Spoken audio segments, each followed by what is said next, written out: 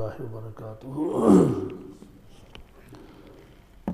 الحمد للہ رب العالمین والصلاة والسلام على سید الانبیاء والمرسلین وعلى آلہ الطیبین الطاہرین وعلى من تبعهم بإحسان إلى يوم الدين أما بعد قال الله تبارك وتعالى في القرآن المجيد أعوذ بالله من الشيطان الرجيم بسم الله الرحمن الرحيم يا أيها الذين آمنوا كتب عليكم الصيام كما كتب على الذين من قبلكم لعلكم تتقون وقال الله تبارك وتعالى شهر رمضان الذي أنزل فيه القرآن هدى للناس وبينات من الهدى والفرقان فمن شهد منكم الشهر فليصمه وقال النبي صلى الله تعالى عليه وسلم من صام رمضان إيمانا واحتسابا غفر له ما تقدم من ذنبه ومن قام رمضان إيمانا واحتسابا غفر له ما تقدم من ذنبه ومن قام ليلة القدر إيمانا واحتسابا غفر له ما تقدم من ذنبه وكان يقول النبي صلى الله تعالى عليه وسلم في دعائه اللهم بارك لنا في رجب وشعبان وبلغنا رمضان أو كما قال صلى الله تعالى عليه وسلم صدق الله المولانا العظيم وصدق رسوله النبي الأمي الكريم ونحن على ذلك من الشاهدين والشاكرين والحمد لله رب العالمين اللهم صل على سيدنا محمد وعلى آل سيدنا محمد وأصحاب سيدنا محمد وبارك وسلم عليهم اللهم صل على سيدنا محمد وعلى آل سيدنا محمد وأصحاب سيدنا محمد وبارك وسلم عليهم اللهم صل على سيدنا محمد وعلى آل سيدنا محمد وأصحاب سيدنا محمد وبارك وسلم عليهم وصل على جميع الأنبياء والمرسلين وعلى ملائكتك المقربين وعلى عبادك الصالحين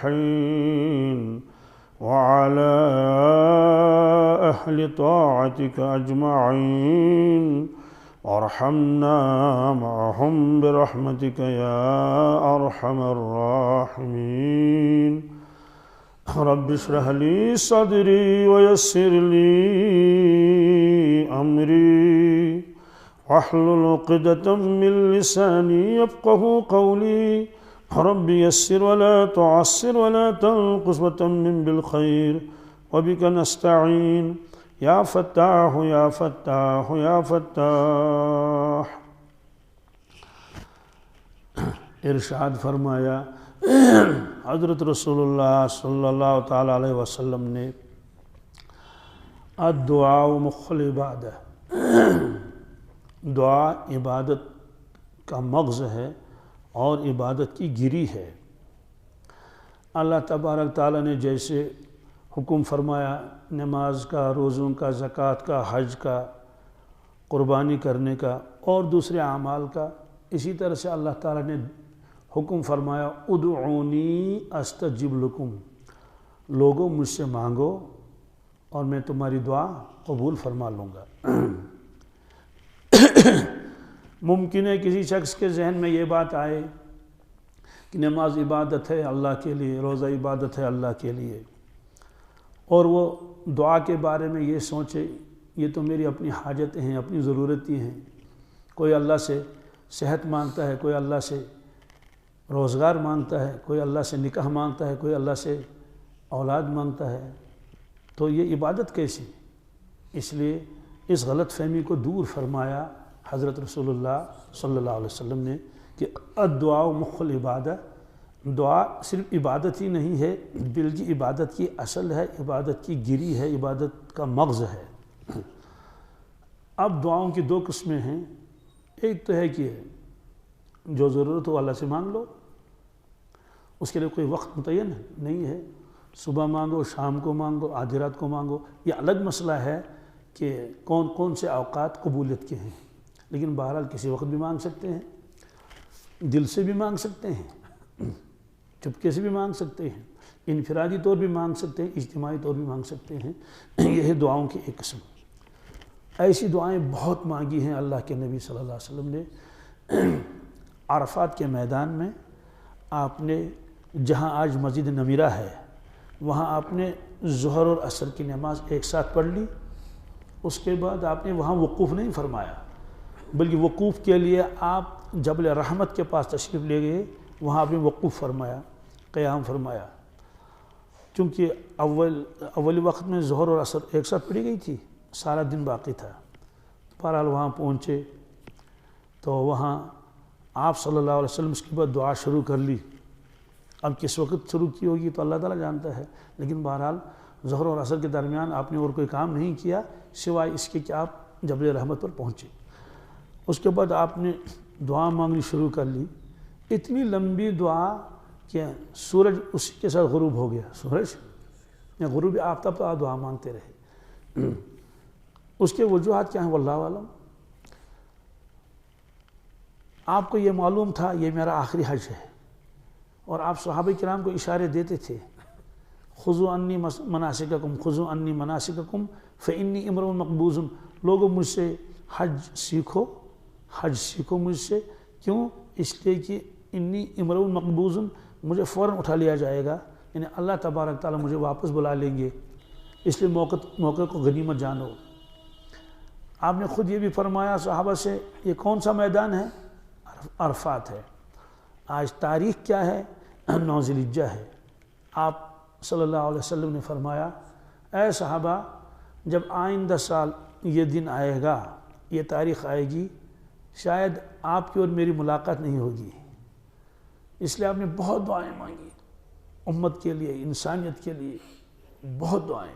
تو خلاصہ یہ ہے کہ دعاؤں کی ایک قسم یہ ہے۔ دعاؤں کی 2 قسم ہیں، وہ اوقات کے ساتھ مخصوص ہے۔ آپ بیدار ہوتے تھے دعا پڑھتے تھے، الحمدللہ الذی احیانا بعدما اماتنا والیہ النشور۔ روایت میں کچھ الفاظ آگے کم زیادہ بھی ہوتے ہیں نا، وَإِلَيْهِ الْبَعْثُ وَالنُّشُورُ بھی ہے۔ سورج طلوع ہوا یہ دعا پڑھتے تھے، سورج غروب ہوا یہ دعا پڑھتے تھے، صبح کے وقت اصبحنا وَأَصْبَحَ الْمُلْكُ لِلَّهِ رَبِّ الْعَالَمِينَ وغیرہ ذالک۔ تو عام فرمایا تو یہ دعا پڑھ لی، آئینہ دیکھا تو یہ دعا پڑھ لی، سواری پر سوار ہوئی تو یہ دعا پڑھ لی، سواری سے اترے تو یہ دعا پڑھ لی، ہوا تیز چلی تو یہ دعا پڑھ لی، بادل آتے ہوئے دیکھے تو یہ دعا پڑھ لی، تو کسی کو ہنستے ہوئے دیکھا تو یہ دعا پڑھ لی۔ خلاصہ یہ ہے کہ یہ دعائیں وابستہ ہیں اوقات کے ساتھ اور کاموں کے ساتھ۔ بیت الخلاء میں جائے یہ دعا پڑھیں، نکلے یہ دعا پڑھ لیں۔ بہرحال ان دعاؤں کے بھی اثرات ہیں، خیر و برکتیں ہیں۔ بعض دعائیں آپ نے ایسی سکھائی امت کو کہ جو شخص وہ دعا صبح پڑھ لے تو شام تک اس کی جان اور اس کا مال محفوظ رہے گا آفات و بلیات سے۔ چنانچہ ایسے واقعات بہت سارے ہیں تاریخ کی کتابوں میں۔ یہ دعا آپ نے سکھائی صحابہ کو۔ ایک صحابی صبح گھر سے چلے گئے کہیں دور، اور مغرب کے آس پاس وہ واپس آئے، راستے میں ایک شخص سے ملاقات ہو گئی، خیر و خیریت دریافت کی، کہا آپ کہاں گئے تھے؟ کہا میں فلاں جگہ گیا تھا۔ کب؟ میں سویرے نکلا ہوں گھر سے۔ انہوں نے کہا کہ آپ کے جانے کے بعد آپ کے محلے میں ایک حادثہ پیش آیا۔ اس نے کہا وہاں آگ لگ گئی، سارا محلہ جل گیا۔ جس میں یہ رہتے تھے۔ تو صحابی نے کہا سارا محلہ جل گیا؟ کہاں سارا اگر جل بھی گیا ہوگا لیکن میرا مکان محفوظ ہوگا، میرا مکان وہ نہیں جل سکتا۔ انہوں نے کہا حضرت سارا محلہ جل گیا، یہی سننے میں آیا۔ تو انہوں نے کہا میرا نہیں جل سکتا۔ کہا کیوں؟ کہا میں نے وہ دعا صبح پڑھ لی ہے جو ہم کو سکھائی ہے حضرت رسول اللہ صلی اللہ علیہ وسلم نے، کہ جو شخص صبح یہ دعا پڑھ لے تو شام تک اس کی جان اور اس کا مال محفوظ رہے گا۔ میں اس دعا کو پڑھ چکا ہوں۔ یہ تو یقین کی بات ہے نا۔ تو جب وہ صحابی واپس پہنچے، دیکھا واقعی محلہ جل گیا ہے لیکن اس کا مکان محفوظ ہے، اس کا مکان محفوظ ہے۔ تو ان دعاؤں کی برکت سے آدمی آفات و بلیات سے بچتا ہے، خیر و برکتیں اس کو حاصل ہوتی ہیں۔ یہ لمبا موضوع، اس کو میں مختصر کرتا ہوں۔ مثلا اللہم انی اسألک خیر ھذا الیوم فتحہ ونصرہ ونورہ وبرکتہ وداہ واعوذ بک من شر ما فیہ وشر ما بعدہ۔ تو یہ دعائیں آپ نے سکھائی ہیں۔ اسی طرح سے جب چاند نکلتا تھا کسی بھی مہینے کا تو آپ اس وقت دعا پڑھتے تھے، اللہم احل علینا بالیمن والایمان والسلامت والاسلام والتوفیق لما تحب وترضى۔ تو دعا مانگتے تھے، یا اللہ نیا چاند نکلا، اس کو ہمارے لیے باعث خیر و برکت بنا، سلامتی بنا، یہ ساری چیزیں، اور ایسے کام کی توفیق دے دے جس سے آپ ہم سے راضی اور خوش ہو جائیں۔ پھر چاند کی طرف اشارہ کر کے فرماتے تھے ربی و ربک اللہ، ربی و ربک اللہ، اے چاند میرا رب اور تمہارا رب حضرت اللہ ہیں، یعنی اللہ تعالیٰ ہیں، سب ان کے سامنے۔ اس کی وجہ یہ بھی ہے دنیا میں بہت سارے لوگ ایسے آئے ہیں جو چاند کی پوجا کرتے تھے، سورج کی پوجا کرتے تھے، تو اپنے آپ امت کو بتا دیا یہ چاند معبود نہیں، اور چاند کو مخاطب کر کے کہا کہ میرا رب بھی اللہ ہے، تمہارا رب بھی اللہ ہے، یعنی تم معبود نہیں، تم بہرحال یہ اوقات۔ جب رجب کا چاند نکلتا تھا تو اس وقت یہ خاص طور سے ایک دعا علاوہ پڑھتے تھے، وہ دعا والی تو ہے ہی دعا، یہ اللہم بارک لنا فی رجب و شعبان و بلغنا رمضان، یا اللہ رجب اور شعبان کے مہینوں میں ہمیں برکت عطا فرما اور ہمیں رمضان کے مہینے تک پہنچا دیجیے۔ یہ نہیں فرمایا کہ رمضان میں برکت دے، وہ تو برکت والا ہے ہی، تو آپ نے برکتیں مانگی ہے رجب اور شعبان میں، دعائیں قبول ہو گئی، اور کیا کیا برکتیں اللہ نے عطا فرمائی ہوں گی کیا پتہ ہے۔ اور ایک برکت تو سبوں کے سامنے ہے کہ رجب کے مہینے میں آپ نے معراج فرمائی اور تشریف لے گئے آسمانوں میں، کتنی برکت ہوگی اس میں، سدرۃ المنتہا تک پہنچے، عرش مجید تک پہنچے، ہم کلام ہوئی، سب کچھ دیکھ لیا۔ اب یہ الگ مسئلہ یہ ہے کہ وہ رات کے کتنے حصے میں وہ معراج ہوئی، اس کے بارے میں تو بہت ساری تحقیقات ہیں، اور کیا کیا لکھا ہے، علماء نے اپنے اعتبار سے لکھا ہے، بزرگوں نے اپنے اعتبار سے لکھا ہے۔ بعض لوگوں نے کہا وہ رات کا ایک حصہ تو تھا لیکن حقیقت میں وہ ہزاروں برس تھے، کیا ہزاروں برس تھے۔ پھر مثالیں بھی دے دی سمجھانے کے لیے بہت ساری، اس میں ایک مثال یہ بھی ہے، جیسے گھڑی میرے سامنے ہے، 8:15 کے آس پاس اس میں ٹائم ہو گیا، 1 گھنٹے کے بعد یہ 8:15 ہوں گے، 9:15 ہوں گے، 2 گھنٹے ہوں گے، 10:15 ہوں گے، یہ تو چلتا رہے گا نا کارخانہ۔ لیکن بالفرض اگر آپ نے سیل نکال کے رکھ دیا، سیل نکال کے رکھ دیا، اس کو جیب میں رکھ دیا، تو جہاں یہ سوئیاں ہیں یہ وہیں رہیں گی، 12 بجے آ جائیں گے وہیں ہوگی، آپ 1-2 بجے آئیں گے تو یہیں میں رہیں گی۔ تو یہ بعض علماء کرام نے سمجھانے کی کوشش کی، گویا کہ ایک غیبی طاقت سے یہ کائنات چل رہی ہے، تو جس غیبی طاقت سے یہ کائنات چل رہی ہے، چھوٹے بڑے ہو جاتے ہیں اور پھول کھلتے ہیں اور میوے تیار ہو جاتے ہیں، یہ سب کچھ ہو جاتا ہے، تو وہ جو غیبی طاقت اللہ تعالیٰ کی ہے، اللہ تعالیٰ نے جب وہ آپ تشریف لے گئے معراج پر، اس غیبی طاقت کو آپ نے منقطع کر دیا، کیا کر دیا؟ گویا سمجھانے کے لیے اس دنیا کی سیل اللہ نے نکال کے رکھ دی، تو جو چیز جہاں تھی وہ وہیں رہی، جو سویا ہوا تھا وہ سویا ہوا رہا، تو جو چھوٹا تھا وہ چھوٹا ہی رہا، آپ نے برتن میں دودھ رکھا تھا، جیسا رکھا تھا وہ ویسا ہی رہا۔ اب کتنے برس ہوئے؟ ہزاروں برس ہو گئے، تو اس لیے فرمایا کہ وہ تو ہزاروں برس تھے، کیا تھے، لیکن یہاں وہی رات کا ایک حصہ ہوا تھا۔ الحمدللہ۔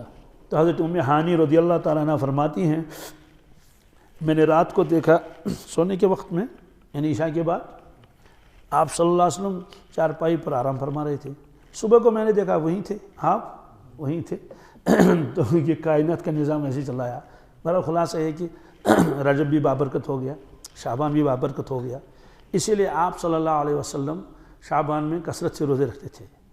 تو رجب میں ایک رات کا واقعہ پیش آیا، شعبان میں پھر ایک رات کا، جسے شب برات کہتے ہیں۔ اور اس کے بارے میں سب حضرات جانتے ہیں کہ عرب میں جو ایک قبیلہ تھا، بہت بھیڑ بکریاں ان کے پاس تھی دوسروں سے زیادہ، قبیلہ بنو کلب۔ تو آپ صلی اللہ علیہ وسلم نے فرمایا جب شب برات آتی ہے کہ جو قبیلہ ہے، ان قبیلے والوں کے پاس جتنی بکریاں ہیں اور بھیڑ ہیں، تو ان بکریوں اور بھیڑ کے اوپر جتنی روئیں ہیں، جتنے بال ہیں، اس کے بقدر اللہ تعالیٰ میری امت کے افراد کو مغفرت کر دیتے ہیں۔ تو یہ بھی ایک برکت ہے۔ تو آپ نے فرمایا بلغنا رمضان، رمضان تک ہم کو پہنچا لیجئے۔ علماء کرام نے مسئلہ لکھا ہے، اس سے معلوم ہوا کہ عمر میں برکت مانگنی چاہیے اللہ تعالیٰ سے۔ یہاں بھی تو مانگ رہے ہیں۔ بلغنا رمضان کا مطلب ہے کہ رمضان سے پہلے ہم دنیا سے نہ جائیں، بلکہ پہلے رمضان گزاریں، اس کے بعد اگر مقدر ہو تو لے لے، لیکن کم از کم رمضان تک ہم پہنچا دیجئے ہم کو، ہمیں ہماری عمر میں اتنی برکت دے دیجئے کہ رمضان ہم کو مل جائے، رمضان ہم کو مل جائے۔ تو آپ نے خود فرمایا میری امت کو اگر معلوم ہو جائے رمضان کیا ہے تو میری امت گھبرائے گی نہیں کہ رمضان آ رہا ہے اب کیا ہوگا، نہیں۔ آپ نے فرمایا میری امت دعا مانگے گی اللہ تعالیٰ سے کہ رمضان کو لمبا کر لیں۔ کیا کتنا لمبا کر لیں؟ سارا سال رمضان ہو جائے، سالہ سال، اور ہمیں حکم دے دیا جائے پورے سال روزہ رکھو اور پورے سال تراویح پڑھ لو اور نمازوں کا اہتمام کر لو۔ لیکن آپ نے یہ فرمایا اگر معلوم ہو جائے، کیا اس سے مولا ہمیں معلوم، ورنہ فی نفسی ہی یہ مہینہ ایسا ہے، رحمتوں کا مہینہ، برکتوں کا مہینہ، مغفرت کا مہینہ۔ ساری روایتیں آپ حضرات کے سامنے ہیں، سنتے رہتے ہیں۔ رحمتوں کے دروازے کھلتے ہیں، آسمان کے دروازے کھلتے ہیں، شیاطین کو بند کر دیا جاتا ہے اور شریر جنوں کو بھی بند کیا جاتا ہے، بھیڑیوں میں، سمندر میں ان کو پھینک دیا جاتا ہے، سینٹر جیل، اور اس طرح سے اللہ تعالیٰ راستہ ہموار کر لیتے ہیں۔ پھر جہنم کے دروازے بند ہوتے ہیں۔ یہ ساری رحمتیں ہیں، فرشتوں کا نزول ہوتا ہے۔ پھر اسی مہینے میں شب قدر ہے جو 1000 مہینوں سے بہتر ہے اور افضل ہے، اس میں جبریل امین علیہ السلام تشریف لاتے ہیں وغیرہ ذالک۔ تو یہ رمضان کا مہینہ ایسا مہینہ ہے۔ اور ایک روایت میں ہے کہ اللہ تعالیٰ نے فرمایا کہ رمضان میرا مہینہ ہے، رمضان اللہ تعالیٰ نے اس کی اپنی طرف نسبت فرمائی، وجہ سے سارا سال ہی اللہ کا ہے، لیکن آپ نے رمضان کو خاص طور سے فرمایا میرا مہینہ ہے۔ تو اس میں اللہ تعالیٰ نے حکم دیا روزہ رکھنے کا، کتب علیکم صیام، ایمان والو تمہارے اوپر روزہ فرض کیا گیا ہے، یعنی اس کو رکھنا ہی پڑے گا۔ لیکن ساتھ میں یہ بھی فرمایا کہ تم یہ نہ سمجھنا نعوذ باللہ یہ ہمارے اوپر کوئی مصیبت ہے اور کوئی سزا ہے، سزا نہیں ہے، نعوذ باللہ مصیبت نہیں ہے، آزمائش نہیں ہے، اللہ کا حکم ہے۔ اور صرف اس امت کے لیے خاص نہیں، کما کتب علی الذین من قبلکم، جیسے ہم نے ان لوگوں کے اوپر روزہ فرض کیا تھا جو آپ سے پہلے تھے۔ معلوم ہے کہ یہ عمل تو انہوں نے بھی کیا، حالانکہ ہمارا ثواب اس سے زیادہ ہے، مزدوری تو ہماری زیادہ ہے ان کے مقابلے میں۔ لعلکم تتقون، مقصد اس کا یہ ہے کہ آپ کے اندر تقوی آئے، متقی بنے، پرہیزگار بنے، گناہوں سے بچنے کا ایک مادہ تمہارے اندر آ جائے۔ تو یہ فرمایا یہ رمضان اس لیے ہم نے رکھا ہے۔ آگے فرمایا ایام معدودات، کیا لوگوں یہ چند دن ہیں، کیا مطلب ہے کہ ان دنوں کو غنیمت سمجھو، معلوم نہیں آئندہ جب رمضان آئے گا ہم ہوں گے یا نہیں ہوں گے۔ یہ چند دن ہیں، اس کو یوں سمجھ لیجیے جیسے کمپنیاں دنیا میں بند ہو جاتی ہیں نا، کوئی کمپنی چلتی رہتی ہے 10 سال 12 سال پھر بند ہو جاتی ہے۔ ابھی مجھے ایک صاحب کہہ رہے تھے فلاں کمپنی بند ہو گئی، فلاں کمپنی، اب اس کا جو سامان آتا تھا مارکیٹ میں وہ نہیں آئے گا، یہ وہی مجھے کہہ رہا تھا۔ تو جب کوئی کمپنی بند ہو جاتی ہے اور وہ اچھی کمپنی ہوتی ہے، اس کی چیزیں بہترین ہوتی ہے، تو جب کسٹمر جاتا ہے دکاندار کے پاس کہ مجھے فلاں چیز دے دیجیے، تو اسے کہتا ہے یہ لے لو، ساتھ میں یہ بھی کہتا ہے کہ یہ کمپنی بند ہو گئی ہے، ہمارے پاس کچھ چیزیں رہ گئی ہیں، پرانا اسٹاک، کمپنی تو بند ہو گئی، اب میرے پاس اور 2-3 پیس ہیں، وہ کہتا ہے یہ بھی مجھے دے دو، کیا غنیمت ہے، تو اٹھا کے رکھ لیتا ہے۔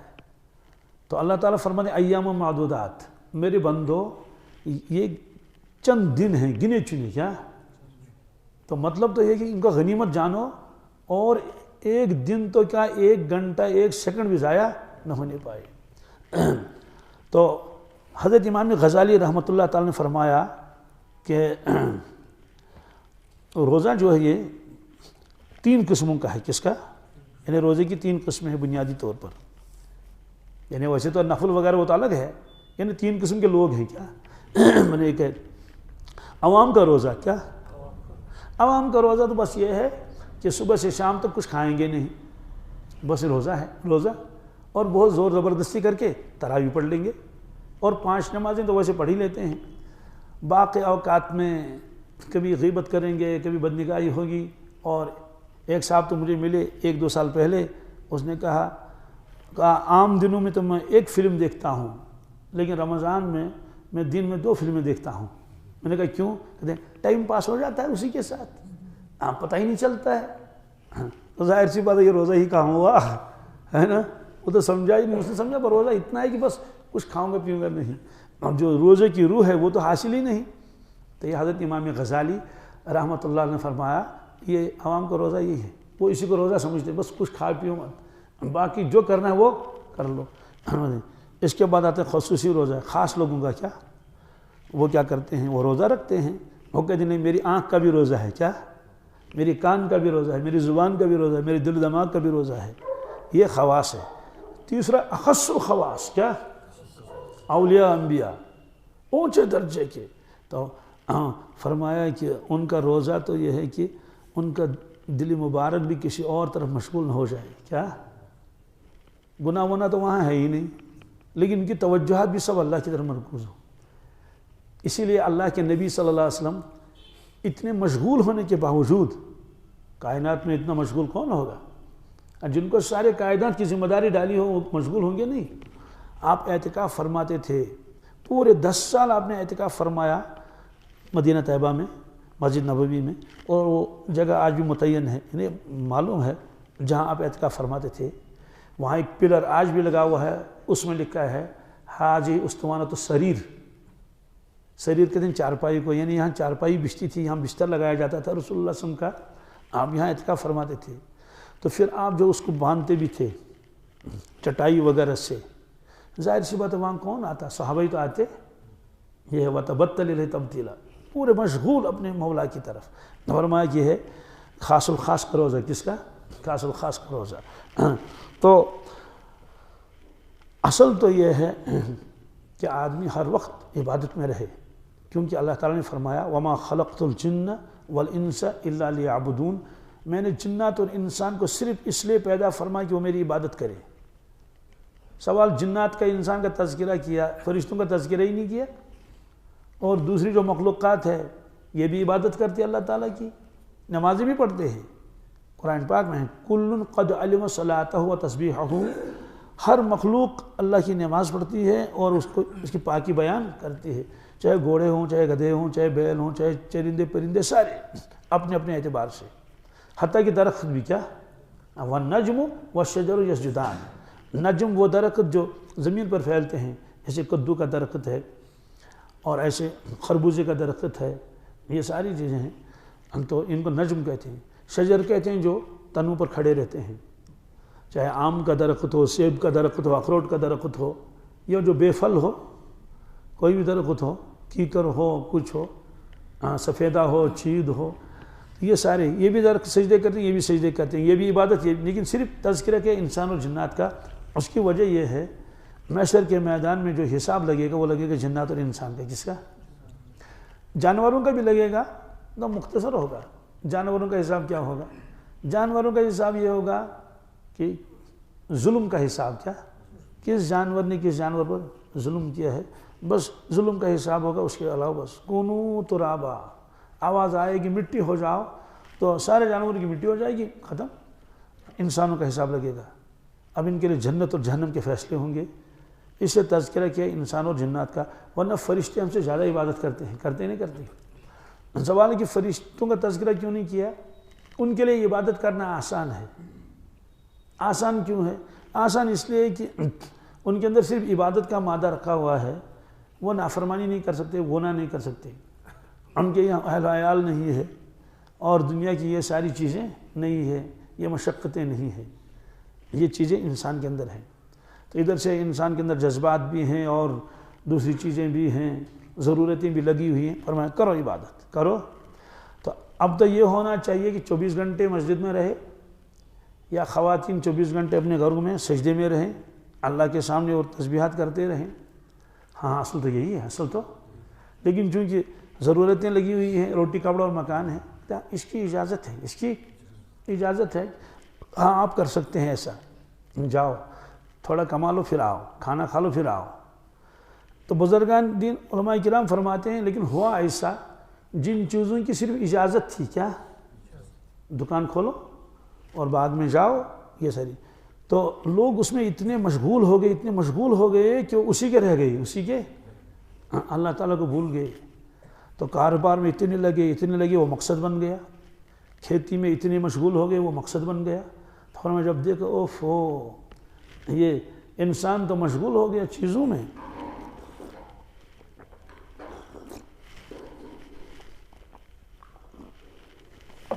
الحمدللہ اب تو عبادت برائے نام رہی اس کے اوپر، یہ تو عبادت ہی نہیں کرتا ہے۔ کچھ لوگوں نے بالکل ہی چھوڑ دیا، اللہ بچائے۔ کچھ لوگ تھوڑا بہت کچھ فرائض ورائض پڑھ لیتے ہیں، تو کچھ تو بالکل بھی نہیں۔ اس لیے اللہ تعالیٰ نے دیکھا کہ 11 مہینے تک یہ مشغول رہا کھیت میں اور دکان پر اور ملازمت پر اور مزدوری میں، بہت کم میری طرف آیا۔ اس لیے اللہ تعالیٰ نے فرمایا میں لازم کر دوں گا اس کے اوپر رمضان۔ کیوں؟ اسے کہوں گا ضروری آپ کو آنا ہے، یہ میرا مہینہ ہے۔ خلاصہ اس کا یہ ہے کہ 11 مہینے تک بہت کوتاہیاں ہوتی رہی، روحانیت میں کمی آئی، تقوی میں کمی آئی، پرہیزگاری میں کمی آئی، اور جو درجات جس کے بلند ہوتے ان میں بہت کمی آئی۔ جب کیا ہی نہیں تو درجے کیسے بلند ہو جائیں گے؟ آپ نے فرمایا اللہ تعالیٰ نے یہ میرا مہینہ ہے، کیا ان لوگوں کو تو آنا ہی پڑے گا، لوگوں کو تو آنا ہی پڑے گا۔ اس سے روزہ فرض کر دیا گیا کہ آ جاؤ، یہ میرا مہینہ ہے، اور میں راستہ صاف کر دوں گا۔ جنات بند ہو گئے، شریر جنات شیاطین بھی بند ہو گئے، انتظام ہو گیا۔ بالکل ایسا جیسے اللہ تعالیٰ فرمائیں گے بھائی میں نے اب راستہ صاف کر لیا، کہ 11 مہینوں میں تو یہ راستہ صاف نہیں تھا، اس میں جو جگہ جگہ پتھر تھے، جگہ جگہ گڑھے تھے، اب ہم نے اس کو پلین کر لیا، کیا کر لیا؟ میگڈم لگا لیا، آ جاؤ، اب آنا آسان ہے۔ تو اس طرح فرمایا کہ یہ روحانی ترقی کا مہینہ ہے، اللہ تعالیٰ کو منانے کا مہینہ ہے۔ اور جو 11 مہینے تک جو کوتاہیاں ہوئی تھی، کمیاں ہوئی تھی، اور جو آدمی پیچھے چلا گیا تھا، یوں کہیے بھائی کہ اللہ سے دور ہو گیا تھا، اللہ سے اسے کہا آ جاؤ، اس کے اوپر یہ چیزیں اللہ تعالیٰ نے لازم کر دی ہیں۔ تو یہ روزہ ہے۔ اور اب اس میں 2 چیزیں اللہ نے لازم کر دی، ایک دن کا روزہ اور رات کی عبادت، رات کی، کیونکہ اس میں آ گیا من صام رمضان ایمانا واحتسابا غفر له ما تقدم من ذنبه، جو رمضان میں جس نے روزے رکھے ثواب کی نیت سے تو اس کے گناہ معاف ہو گئے۔ پھر ومن قام رمضان ہے، کیا جس نے رمضان میں قیام کیا، تو ظاہر سی بات ہے یہ قیام تو عشاء کے علاوہ ہے نا، تو جس نے قیام کیا رمضان میں تو اس کے لیے بھی مغفرت ہے۔ لہذا یہ تراویح اگرچہ سنت مؤکدہ ہے لیکن امت نے اس کا اہتمام بہت کیا کہ تاکہ رات کا حصہ کس میں گزر جائے، کیونکہ دن میں روزہ بھی ہے، اس سے نفس کچھ مغلوب بھی ہو گیا ہے اور اللہ کی طرف متوجہ بھی ہو گیا ہے، اور وہ جو 11 مہینے تک کمی ہو گئی تھی وہ دور ہو گئی۔ لیکن اگر اللہ تعالیٰ بچائے کسی نے اس میں کوتاہی کی، کیا اس کی قدر نہیں کی، پھر وہی والی روایت ہے حضرت کعب بن عجرہ والی روایت رضی اللہ تعالیٰ عنہ کہ اللہ کے نبی صلی اللہ علیہ وسلم مسجد میں تشریف لائے، آپ نے فرمایا احضر المنبر، لوگوں ممبر کے قریب آ جاؤ۔ ممبر کہتے ہیں سیڑھی کو۔ ہم لوگ آئے، آپ نے اپنا پائے مبارک اور پہلے اس پر رکھا تو اس پر آپ نے آمین فرمائی، پھر آمین 3 مرتبہ۔ مختصر یہ ہے کہ آپ نے کچھ خطاب فرمایا، خطاب ختم ہو گیا تو صحابہ کرام نے پوچھا، حضرت آپ نے جب سیڑھی پر اپنا پاؤں مبارک رکھا تو آپ نے زور سے آمین کہی، تو آمین عربی لفظ ہے، اس کا معنی یا اللہ قبول کر، یا اللہ، لیکن آپ نے دعا تو کوئی مانگ ہی نہیں رہا تھا، آپ نے آمین کس پر کہی؟ تو آپ نے فرمایا کہ اے صحابہ، جبرائیل امین علیہ الصلوۃ والسلام تشریف لائے تھے، انہوں نے دعا کی اور یہ حکم سنایا، اللہ تعالیٰ کا حکم ہے کہ آپ کو آمین کرنی پڑے گی، آپ کو آمین، ورنہ ہماری عقل تو یہ کہتی ہے آپ آمین نہیں کہتے. کیا وہ کہتے چلو ٹھیک ہے میرا امتی کتنا بھی گناہ گار ہو لیکن میں آپ کی اس دعا پر آمین نہیں کہوں گا کیونکہ یہ دعا نہیں تو بد دعا ہے. لیکن اللہ کا حکم ہے کرنی پڑی. بہرحال دعا کیا تھی کہ بد دعا، یا اللہ ہلاک ہو جائے وہ شخص، تباہ ہو جائے، برباد ہو جائے جو رمضان میں زندہ تھا، جس نے رمضان کو پایا پھر بھی اس کی مغفرت نہیں ہوئی، مغفرت کے کام اس نے نہیں کی، اس نے رمضان کی بے قدری کی. تو حضرت نے آمین فرمائی. تو حضرت شیخ زکریا رحمۃ اللہ فرماتے ہیں اول تو جبریل کی بد دعا ہی کیا کم تھی، اور پھر جب اس پر آمین اللہ کے نبی صلی اللہ علیہ وسلم نے فرمائی تو وہ تو اور زیادہ خطرناک ہو گیا، یعنی وہ یقیناً قبول ہو گیا. اس طرح سے انسان کو بچنا بھی ہے، اللہ بچائے کہیں وہ بد دعا نہ لگ جائے. تو انفرادی تباہی بھی آ سکتی ہے، اللہ حفاظت فرمائے، اجتماعی بھی آ سکتی ہے اگر اس کی قدر نہیں کریں گے. ہم لوگ 1 سال مدینہ طیبہ میں تھے اعتکاف میں، مسجد نبوی میں. اعتکاف ختم ہو گیا تو کسی صاحب نے ہم لوگوں کی دعوت کی تھی عید کے دن. عید کی نماز ختم ہو گئی تو ہم صحن پاک میں بیٹھے ہوئے تھے، کچھ حضرات ٹولوں پر بیٹھے تھے، اسٹول، کچھ نیچے بیٹھے ہوئے تھے. اب انتظار تھا سب آ جائیں گے تو ایک ساتھ نکلیں گے. کہاں جانا ہے یہ ہمیں معلوم نہیں ہے، کسی صاحب نے دعوت کی تھی. چونکہ موبائل تو بند ہی تھا اس لیے دنیا کے حالات معلوم نہیں ہے کہ کہاں کیا ہوا. اب جتنی دیر ہم بیٹھے ہوئے تھے اور انتظار تھا تو اس میں ایک صاحب سنانے لگے کہ بھئی اس آخری عشرے میں دنیا میں یہ حالات پیش آئے. کسی مسلمان ملک کا نام لیا کہ وہاں سیلاب کا طوفان آیا، پانی کا طوفان، اور اتنا نقصان ہوا. کہنے لگے وہ فلاں ملک میں جو ہوا کی طوفان چلی، ہوا کا طوفان آیا اور اس میں اتنا نقصان ہوا. اور کسی اور علاقے کے بارے میں کہا وہاں بھونچال ہوگا، زلزلہ بہت خطرناک، اتنے مکان دھس گئے، اتنے لوگ مر گئے، یہ سارے سنا رہے ہیں. تو سب کو تعجب ہوا کہ بھئی یہ رمضان کا مہینہ ہے تو یہ تو رحمتوں کا مہینہ ہے، رحمتیں نازل ہونی چاہیے، امت کے غم دور ہونے چاہیے، تو یہ تو اور مزید پریشانیاں بڑھ گئی. تو اس میں ایک بزرگ تھے تو انہوں نے کہا کہ میں وجہ بتا دوں. تو ہم لوگوں نے کہا حضرت فرما دیجئے.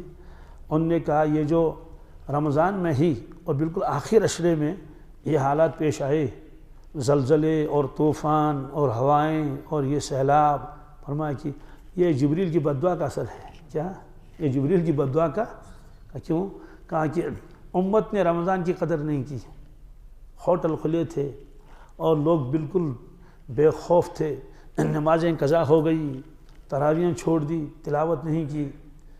یعنی بہت سارے افراد ایسے ہیں، فرمایا کہ اس بد دعا کا اثر ہے. تو ایسا ہوتا ہے، اللہ تعالیٰ بچائے جب دعا بد دعا ہو گئی. اس لیے ہر شخص کو یہ سوچنا چاہیے کہ کوتاہی نہ ہو. اور بزرگوں نے یہ بھی فرمایا کہ جو آدمی ملازمت کرتا ہے، دنیا کے کام کرتا ہے، اس کو چاہیے کہ رمضان آنے سے پہلے وہ یہ کہے کہ کون کون سا کام ضروری ہے. کیا جو ضروری ہیں ان کو مؤخر نہیں کر سکتے. جیسے دوائی چھڑکنی ہے، چھڑکنی پڑے گی باغوں میں دوائی، اور کوئی اہم کام ہے وہ کر لو. لیکن جو کام مؤخر ہو سکتے ہیں ان کو مؤخر کر لو. کچن میں کام کرنا ہے، تعمیر کا کام کرنا ہے، اور دوسری کوئی چیز ہے اس کو مؤخر کر لو، عید کے بعد دیکھیں گے. کیا؟ کیوں؟ تاکہ رمضان متاثر نہ ہو جائے رمضان. اور چونکہ رمضان میں ایک منادی اللہ تعالیٰ کی جانب سے وہ آواز لگاتا ہے، یا باغی الخیر اقبل. کیا؟ یا باغی الخیر، اے نیک کام کرنے والے آگے بڑھ، ہمت کر، یعنی خوب نیک اعمال کر. اور وَيَا بَاغِيَ الشَّرِّ اقصر، اے برائی کرنے والے رک جا. یعنی رمضان آ گیا ہے، آگے مت بڑھ. رمضان میں تم نافرمانیاں مت کرو، تباہی آ جائے گی، بربادی آ جائے گی. تو بزرگوں سے ہم نے سنا ہے، بعض کتابوں سے میں بھی ہے کہ رمضان کا تو انتظار رہتا ہی تھا رسول اللہ صلی اللہ علیہ وسلم کو اور صحابہ کرام کو، بالکل جیسے مہمان کا انتظار کہ کب آئے اور کب آئے. کیوں؟ رحمت کا مہینہ، برکت کا. لیکن لکھا ہے کہ جو لوگ وفات پا چکے ہیں ان کو بھی رمضان کا انتظار رہتا ہے. کیا سوال؟ ان کو رمضان کے ساتھ کیا تعلق ہے؟ نہ روزہ رکھنا ہے اور نہ تراویح پڑھنی ہے، نہ تلاوت کرنی ہے، وہ تو چلے گئے. کہتے ہیں اصل میں رمضان کا مہینہ مغفرت کا مہینہ ہے. جن لوگوں کو گزشتہ سال مغفرت ہوگی ان کا نمبر آ گیا، وہ تو بہرحال چلے گئے. کیونکہ اللہ تعالیٰ جس شخص کی ایک مرتبہ مغفرت فرمائیں گے تو دوبارہ اس کو سزا نہیں دیں گے، اس کا اب عذاب ایک مرتبہ مغفرت ہو گئی، سوال پھر دوبارہ کیا ہوگا؟ یہ سارے ثواب لوگ کریں گے، ان کے نام کی قربانی کریں گے، درجات بلند ہوں گے، درجات۔ تو جن لوگوں کا گزشتہ سال نمبر نہیں آیا مغفرت کا اور وہ تکلیف میں ہے، کیا ہے، تو ان کو انتظار رہے گا نہیں رہے گا کہ یا اللہ رمضان کب آئے، رمضان کب آئے، ہمارا بھی نمبر لگ جائے۔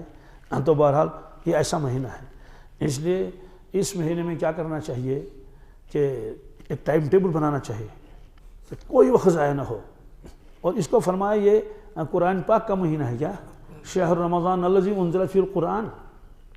جتنی آسمانی کتابیں نازل ہوئی ہیں وہ سب کی سب نازل ہوئی کس میں؟ رمضان میں ہی نازل ہوئی ہیں۔ واللہ عالم کیا عجیب غریب مہینہ ہے یہ اللہ کے نزدیک، اللہ کے نبی صلی اللہ علیہ وسلم کے نزدیک اور اکابر اولیاء کے نزدیک۔ تو اس لیے وہ امت کو بہت ترغیب دیتے تھے کہ خوب کرو، خوب کماؤ۔ عام حالات میں اگر کوئی شخص ظہر کی نماز چھوڑ دے یا عصر کی اور اس کے بدلے میں 1000 نفل پڑھ لے، کیا 1000 نفل، تب بھی گناہ گار ہوگا، کیا گناہ گار ہوگا کہ ایک حکم جہنم میں ڈلنا پڑے گا، تو نے فرض نماز چھوڑ دی، معلوم ہوا کہ ہزاروں نفلیں بھی ایک فرض کا مقابلہ نہیں کر سکتی۔ لیکن رمضان میں اللہ تعالیٰ نے کتنا بڑھا دیا، فرمایا کہ میرے بندے تم ایک نفل پڑھو گے میں فرض کا ثواب دے دوں گا۔ کس کا؟ یہ تو ہمارے سمجھ میں آئے گا ہی نہیں، کیونکہ یہ چیزیں دیکھی نہیں ہے کہ نفل کا ثواب جو فرض کے برابر، اور ایک فرض کا ثواب 70 فرضوں کے برابر۔ کس نے؟ 70 فرضوں کے برابر ہے ایک فرض کا ثواب۔ ہاں، تو اس طرح سے اس میں سے کمانا چاہیے، اور صرف نمازوں کے بارے میں نہیں، ہر عمل کے بارے میں۔ ایک ختم قرآن کر لو گیا 70 قرآن آپ نے ختم کر لیے، تو آپ پھر یہ صاحب کرتے رہو، والد صاحب کے لیے ایک، والدہ کے لیے ایک، ماموں کے لیے ایک، دادا کے لیے ایک، دادی کے لیے ایک، نانا اور نانا سب کے لیے ایک ایک، امت کے لیے ایک۔ تو اس طرح سے یہ فرمایا کہ یہ نزول قرآن کا مہینہ ہے، پہلی وحی بھی اسی میں نازل ہوئی، اور انا انزلناہ فی لیلۃ القدر کہ لوح محفوظ سے آسمانی دنیا، آسمانی دنیا کہتی ہے یہ جو ہمارے آسمان نظر آتا ہے، آسمان تو 7 ہیں، وہ 6 نظر نہیں آتے ہیں، ایک نظر آتا ہے، تو آسمانی دنیا پر قرآن پاک کا نزول ہوا۔ اور عام حالات میں تو پورے 11 مہینے اکیلے آپ تلاوت کرتے تھے، رسول اللہ صلی اللہ علیہ وسلم کہ اللہ اکبر کر لیا، اکیلے نماز پڑھ رہے ہیں، اتفاقاً کوئی صحابی پیچھے آ گیا جیسے حضرت عبداللہ بن عباس وغیرہ اکیلے۔ لیکن رمضان میں آپ حضرت جبریل امین علیہ السلام کے ساتھ دور کرتے تھے۔ دور کا مطلب کیا ہے؟ جتنا قرآن پاک نازل ہوا تھا تو آپ اس کو دور کرتے تھے، آپ امام بنتے تھے، جبریل علیہ السلام مقتدی، کیا پھر جبریل علیہ السلام امام بنتے تھے، آپ مقتدی، یعنی رسول اللہ صلی اللہ علیہ وسلم قرآن شریف سناتے تھے، جبریل سنتا تھا۔ کیا نماز ہوگی وہ جبریل سے مقتدی ہے، اور اس کے بعد جبریل علیہ السلام سناتے تھے اور حضور سنتے تھے۔ اور جو آخری رمضان تھا حضرت رسول اللہ صلی اللہ تعالیٰ علیہ وسلم کا، اس میں آپ نے 2 مرتبہ دور کیا۔ کتنا؟ کیونکہ آخری رمضان تھا نا، جتنا قرآن پاک نازل ہوا تھا 2 مرتبہ آپ نے 2 مرتبہ پورا قرآن پاک سنایا، اور جبریل علیہ السلام سن لیے، اور اس کے بعد جبریل نے سنایا، حضور سنتے تھے۔ تو یہ چونکہ قرآن پاک کا مہینہ ہے، اس لیے کوشش کرنی چاہیے زیادہ سے زیادہ قرآن پاک کی تلاوت کریں اور کاموں کو مؤخر کر لیں، کیونکہ موقع غنیمت ہے۔ یہ معلوم نہیں ہے کہ پھر رمضان تو آئے گا ہی، پھر رمضان ہمیں نصیب ہوگا یا نہیں ہوگا، ایک بات۔ دوسری بات یہ جو فرمایا کہ ومن قام رمضان، قیام کے اندر جو ہے وہ تہجد کی نماز بھی آتی ہے اور تراویح کی آتی ہے۔ یہاں تو نہیں ہے کشمیر میں، لیکن میں نے دیکھا الحمدللہ مکہ شریف میں، مدینہ طیبہ میں، وہاں آخری عشرے میں واقعی وہ لوگ قیام اللیل کرتے ہیں، رات بھر جاگتے رہتے ہیں، اور گورنمنٹ کی جانب سے چھٹی ہوتی ہے، کیا پورے ملک میں چھٹی، سکولوں کی چھٹی ہوتی ہے، دوسری چیزوں کی چھٹی ہوتی ہے، کیوں؟ تاکہ لوگ جو ہے رات کو جاگیں اور دن کو آرام کر لیں، دن کو ان کو ڈیوٹی پر نہیں آنا ہے۔ تو حرم شریف میں، حرم مکہ میں، حرم مدینہ میں آخری عشرے میں 39 رکعتیں وہ پڑھتے ہیں۔ کتنی؟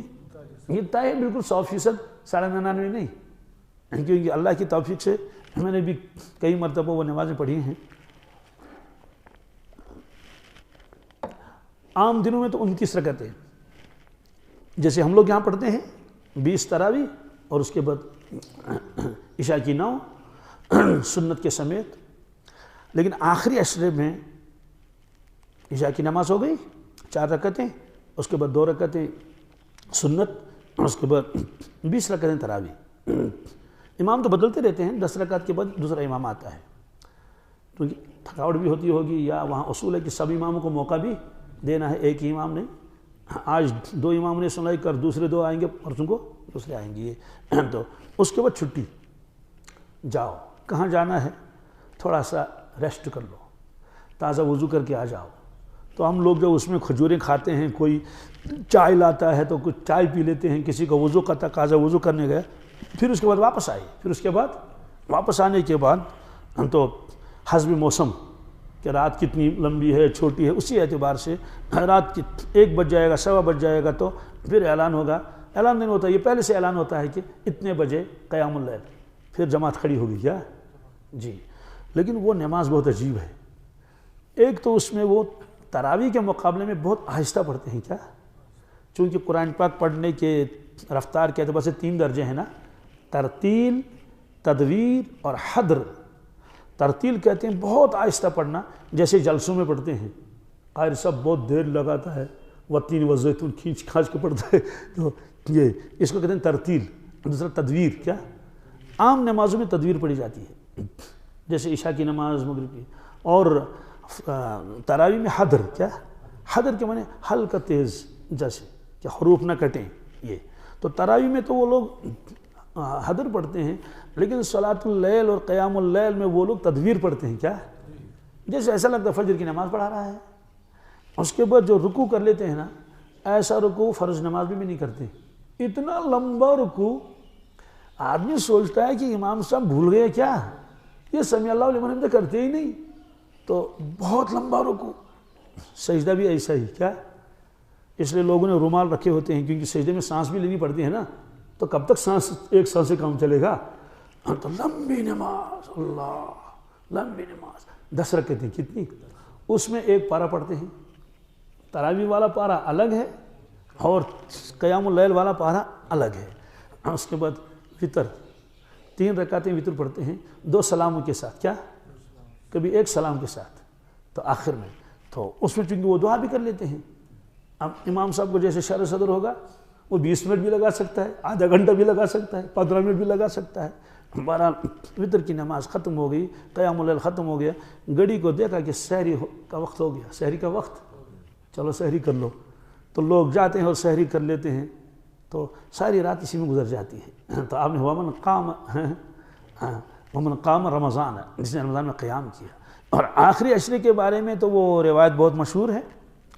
حضرت عائشہ صدیقہ رضی اللہ تعالیٰ عنہ فرماتی ہیں کہ شد مئزرہ، آپ اپنا تہبند باندھ لیتے تھے، کیا جیسے کوئی آدمی کو کوئی کام کرنا ہو، وہ بیلٹ وغیرہ لگاتا ہے نا جی.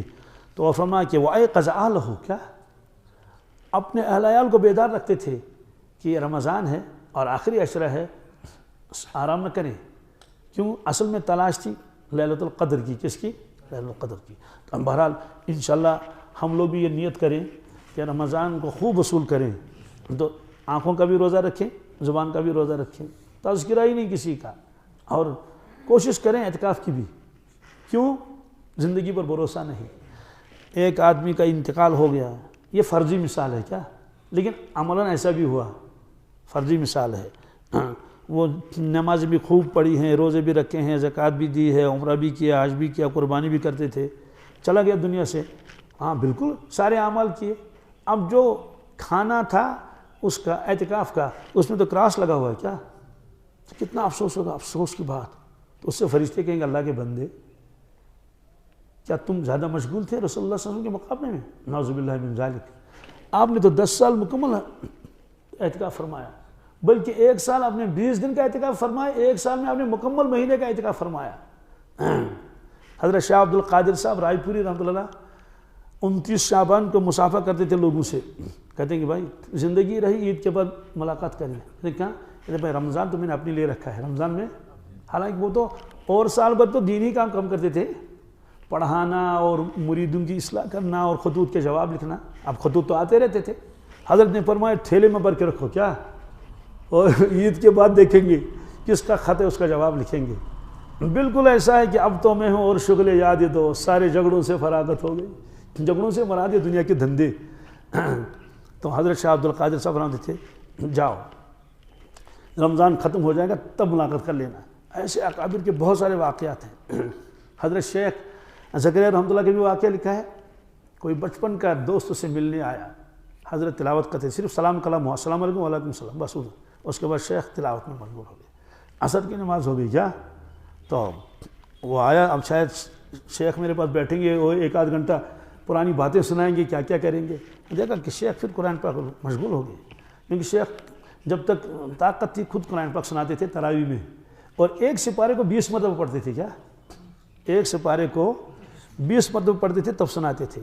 ہاں تو وہ بیٹھا رہا، شیخ تو مشغول ہے اپنے، اب اس نے دیکھا کہ وہ مغرب کا وقت بھی قریب آ گیا، شیخ میرے ساتھ بیٹھنے کے لیے تیار نہیں، تو اپنی زبان میں کہا کرنا او زکریا کیا رمضان تو ہمارے ہاں بھی آوے اپنی، لیکن بخار بن کر نہ آوے۔ مطلب تو یہ کہ یہ کیا چیز ہے، ہر وقت تلاوت، ہر وقت تلاوت، ہر وقت ذکر، ہر وقت درود شریف، ہم تو ملتے ہی نہیں کسی سے۔ تو شیخ نے سن لیا، کچھ نہیں کہا، تو مسافہ ہو گیا، السلام علیکم وعلیکم السلام، ہم لمبی چوڑی باتیں کیا کریں گے۔ تو خواتین کو بھی تراویح پڑھنی ہے، یہ اپنے گھر کی خواتین کو بتا دینا، مکمل تراویح پڑھنی ہے، الگ الگ پڑھ لیں۔ ہاں اگر کسی گھر میں انتظام ہے، کسی کا بیٹا ہے، کسی کا پوتا ہے، کسی کا نواسا ہے، تو وہ تراویح پڑھا لیں ان کو۔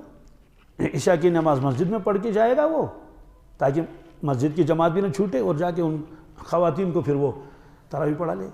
وہاں یو پی میں اور دوسری جگہوں میں بہت اس کا اہتمام ہے، یہاں تو اس کا اہتمام ہی نہیں، یہاں تو مسجدوں میں وہ تراویح نہیں ہوتی ہے قرآن پاک کی، کیونکہ بس قرآن پاک کی تراویح نہیں سنیں گے۔ استغفراللہ، کتنی محرومی ہے۔ ایک مسجد میں زور زبردستی کر کے شروع کرا دی تراویح، پہلا پارہ پڑھ لیا حافظ صاحب نے، تو چونکہ انہوں نے زندگی میں کبھی تراویح نہیں سنی تھی قرآن پاک کی تراویح، علم ترا تراویح ختم ہو گئی تو ایک نے دوسرے سے کہا، اس کا نام تھا علی محمد، علی کا کہو پھر یو کیوں پہلے کیا حرام ہو کی لگا علم ترس لگا۔ کہتے ہیں کہ کچھ پلے نہیں پڑا، علم ترا پر قربان ہو جاؤں، علم ترا پر۔ تو ہمارا حال تو یہ ہے۔ تو خواتین بھی قرآن شریف سنتی تھی۔ تو حضرت شاہ عبد القادر صاحب رائے پوری رحمۃ اللہ کے بارے میں لکھا ہے کہ ان کے گھر میں خواتین تھیں، بیٹیاں بہو یہ سب چیزیں وہ ساری، تو تراویح وہ گھر میں ان کی ہوتی تھی۔ تو حافظ صاحب بیمار ہو گئے، حافظ صاحب بیمار ہو گئے، تو ایک دن اس نے پارہ نہیں سنایا، نہیں آیا سنانے کے لیے، یعنی جتنے پارے سناتا تھا چلو دوسرے کو بھیج دیا، اس نے تراویح پڑھا لی، آ گیا۔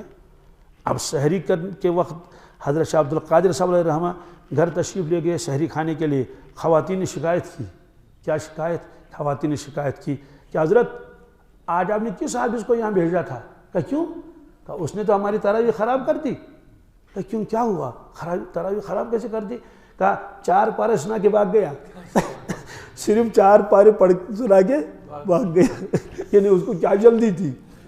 تو 4 پارے اس نے سنائے تھے، خواتین نے کہا کہ اس کو جلدی تھی، تو وہ کتنا 7 پارے سنتی تھی۔ کیا ان کا مزاج تھا، 7 پارے سنتی تھی۔ اصل میں وہ ماحول ہے نا وہ۔ تو حضرت شیخ نے خود لکھا ہے فضائل اعمال میں، دیکھ لینا کہ مجھے جی بہت خوش ہو جاتا ہے، بطور تواضع کے فرمایا اگرچہ خود کچھ نہیں کر سکتا، لیکن گھر کی عورتوں کو دیکھ کر دل خوش ہو جاتا ہے، ایک دوسرے سے آگے بڑھنے کی کوشش میں لگے ہوئے ہیں۔ کوئی 15 پارہ پڑھ لیتی، کوئی 20 پارہ پڑھ لیتی ہے 24 گھنٹے میں، اور دن گھر کے کام بھی ہوتے ہیں۔ تو انشاءاللہ قرآن پاک کی تلاوت بھی کریں گے اور تراویح کا اہتمام کریں گے۔ ایک بات اور ہے، بعض حضرات کو عادت ہوتی ہے تہجد پڑھنے کی پورے سال، وہ تہجد کے بعد وتر پڑھ لیتے ہیں، ٹھیک ہے، لیکن رمضان میں وہ حکم نہیں۔ کیا رمضان میں ان کو وتر جماعت کے ساتھ پڑھنا چاہیے۔ کیوں؟ اگر الگ سے وہ 1000 وتر بھی پڑھیں گے، کتنے، تب بھی اس عمل کا نفع نہیں پہنچ سکتا اتنا ثواب۔ کیوں؟ یہ مسنون ہے۔ کیا ہے؟ مسنون ہے۔ اس لیے شیطان دھوکہ دیتا ہے کہ بھائی آپ کی تو عادت ہے سال بھر کی، تو اس لیے کیا کرتے ہیں، اور بعض لوگ تو تہجد نہیں پڑھتے ہیں لیکن وتر گھر میں پڑھ لیتے ہیں۔ کیوں؟ بھائی امام صاحب تو بھی لمبی دعا کرے گا اور اس میں 3 منٹ لگیں گے کیا؟ چلو جلدی جلدی جلدی جاؤ گھر میں، اللہ اکبر۔ یا بعض لوگ تو ابھی وہ امام صاحب نے تراویح ختم کر لی، یہاں تو مزاج نہیں، یہاں تو دعا بھی مانگی جاتی ہے نا، تو جلدی سے کھڑا ہو کر اللہ اکبر کر کے 3 وتر پڑھ کے بھاگ جائے گا۔ تو اس لیے ایسا نہیں کرنا چاہیے۔ وتر کی نماز کو رمضان میں جماعت کے ساتھ پڑھنا ہی یہ مسنون ہے، اس عمل کو چھوڑنا نہیں چاہیے، اس سے بھی ثواب میں کمی ہو جائے گی۔ اب 2-3 چیزوں کی طرف میں توجہ دلانا چاہتا ہوں آپ کو، وہ یہ ہے کہ سحری اور افطاری میں وہ احتیاط، افطاری میں تو احتیاط ہوتی ہے کہ کون پہلے افطار کرتا ہے، کوئی نہیں، سب انتظار میں رہتے ہیں کہ غروب آفتاب کب ہو جائے۔ لیکن بعض لوگوں کو غلط فہمی ہوئی ہے، وہ روایت پیش کرتے ہیں کہ اللہ کے نبی صلی اللہ علیہ وسلم نے ارشاد فرمایا میری امت جب تک جلدی کرے گی افطار میں خیر پر رہے گی۔ جلدی کا مطلب کیا ہے؟ کیا جلدی کا مطلب تو یہی ہے نا، یہ سورج کی ٹکیا ہے، فرض کر لیے یہ سورج کی ٹکیا ہے نا، یہ یہاں سے یہاں تک ہے نا، سورج ڈوبے گا نا، یہ افق ہے، تو اگر آدھا ہی سورج ڈوبا ہو تو اس کو رات تھوڑی کہیں گے۔ جب تک مکمل ڈوب جائے گا تو پھر کون تاخیر کرتا ہے؟ بلکہ ہم لوگوں کے سامنے تو افطاری رکھی رہتی ہے، کہیں فرینی ہے، کہیں حلوہ ہے، کہیں کھجوریں ہیں، اور بھی چیزیں ہیں، ہم تو دعائیں بھی مانگتے ہیں اور ایک نظر مارتے ہیں کس کی طرف؟ فرینی کی طرف، کہ ابھی فرینی کھا لیں گے۔ کوئی تو پانی کے گلاس کی طرف بار بار گھور کے دیکھتا ہے، دعائیں بھی مانگتا ہے، گھڑی کی طرف بھی دیکھتا ہے، تو کون تاخیر کرتا ہے؟ لیکن جو لوگ 5 منٹ پہلے افطار کرتے ہیں نا، یہ قبل از وقت ہے۔ کیا اس کو تعجیل نہیں کہیں گے، اس کو جلدی نہیں کہیں گے، قبل از وقت اس کو سمجھنا چاہیے، کیونکہ یہ اللہ کا حکم ہے۔ ثم اتم الصیام الی اللیل، میرے بندو جب تو نے روزہ رکھا تو اپنے روزے کو مکمل کر لو جب تک رات آئے۔ جب تک ابھی تو سورج ڈوبا، مکمل نہیں ڈوبا نا، کنارہ تو باقی ہے نا، تو اگر آپ نے افطار کر لی تو آپ کا روزہ ہی نہیں ہوا۔ کیوں؟ یہ نص صریح ہے، یہ نص قطعی قرآن پاک الی اللیل، کیا جب تک رات نہ آئے۔ کیا ظاہر سی بات ہے، رات کہاں آئی؟ بھی تو کنارہ باقی ہے، 5 منٹ ہے نا، اس لیے ایسی جلدی آپ نہ کریں۔ ہاں سحری میں کوتاہی ہوتی ہے۔ کیا کوتاہی ہوتی ہے؟ سحری میں یہ کوتاہی ہوتی ہے کہ صبح ساجد کا وقت ختم ہو گیا ہے، اذانیں ہو رہی ہیں، ہم پھر بھی کھاتے رہتے ہیں، کچھ لوگ تمباکو پیتے رہتے ہیں، حقہ، یہ تو روزہ ہی خراب نہیں، روزہ ہوا ہی نہیں۔ کیا تو کیوں؟ یہ بھی اللہ کا حکم ہے، وَكُلُوا وَاشْرَبُوا حَتَّى يَتَبَيَّنَ لَكُمُ الْخَيْطُ الْأَبْيَضُ مِنَ الْخَيْطِ الْأَسْوَدِ، کھاؤ تب تک جب تک سفید دھاگا اور کالا دھاگا آپس میں ممتاز نہ ہو جائے، یعنی صبح صادق تک اجازت ہے، اس کے بعد نہیں۔ پہلے زمانے میں تو چلتا تھا، پہلے زمانے میں ہمارے یہاں یہ مشہور تھا کہ کوکڑیل مڈس اچن، کیا مرغے جب ڈھربے میں اندر داخل ہو جائیں گے افطاری کا وقت ہو گیا، بس یہ علامت رکھتی تھی۔ تو کبھی ایسا بھی ہوتا تھا، بادل ہوتے تھے، کیا بارش ہوتی تھی، تو سورج ڈوبنے سے پہلے اندھیرا چھا جاتا تھا، تو مرغوں کو کیا کام ہے، ان کو تو جانا ہی اندر، تو مرغے ڈھربے میں پہنچ گئے، لوگوں نے افطاری بھی کر لی اور مغرب کی نماز بھی پڑھ لی۔ مغرب کی نماز پڑھ کے نکلے، دیکھا وہ سورج تو اب نکلا، کیا یعنی سورج بھی ڈوبا نہیں، بادل ہٹ گئے، اوفو، چلو ٹھیک ہے وہاں، لیکن کیا آج یہ چلے گا؟ اب کتنے اندھیرا ہو، ہاں تو معلوم ہے کمپیوٹر سسٹم ہے، اتنے بجے غروب آفتاب ہے، اتنے بجے طلوع آفتاب، اتنے ختم سحری، اسے ختم سحری میں آپ بے احتیاطی نہ کریں۔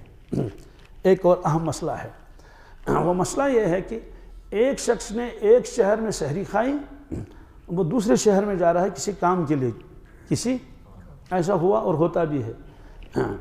اب سوال ہے کہ جب وہ وہاں پہنچے گا تو یہاں غروب آفتاب الگ ہے، وہاں غروب آفتاب الگ ہے، تو کیا حکم ہے؟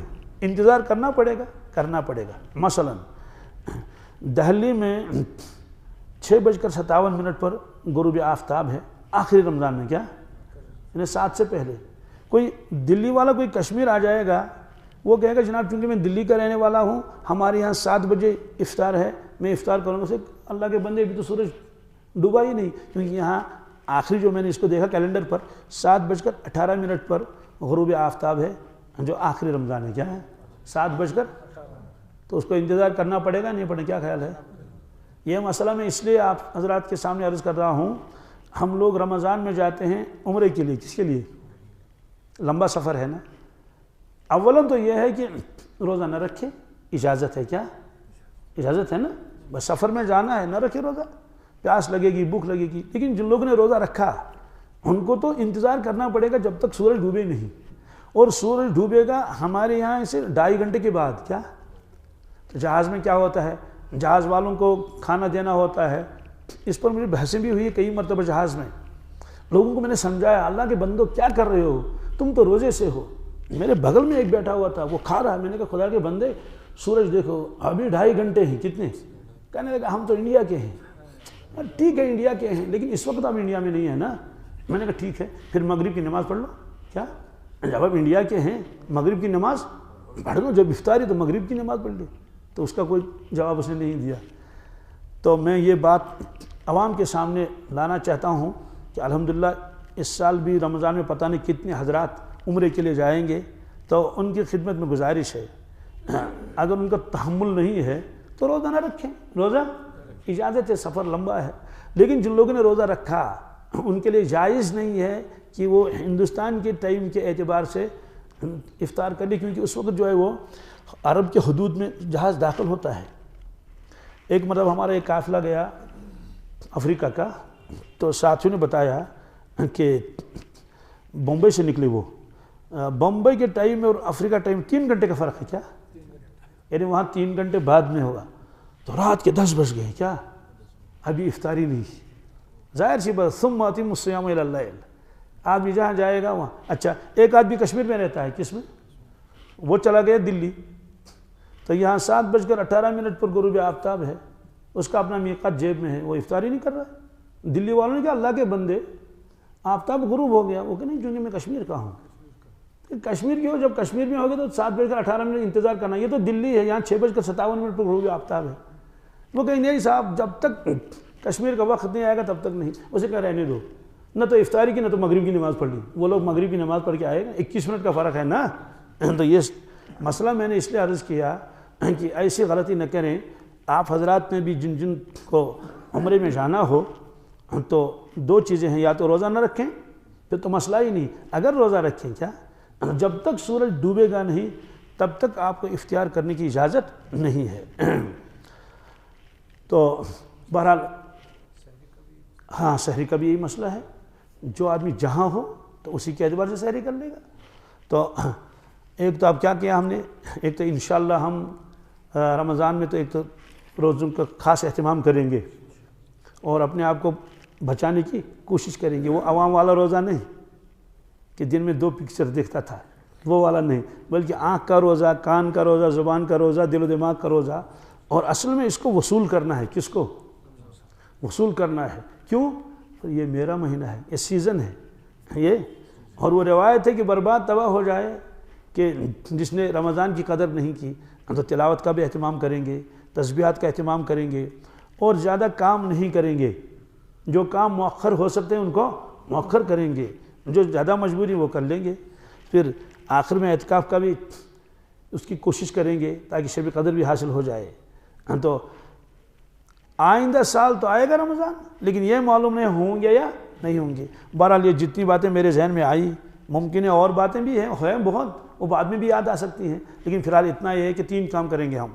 ایک تو روزے کا اہتمام کریں گے، خوب تلاوت کر لیں گے اور تراویح کو پابندی کے ساتھ پڑھیں گے انشاءاللہ. اللہ تبارک تعالیٰ کہنے سننے سے زیادہ عمل کی توفیق عطا فرمائے.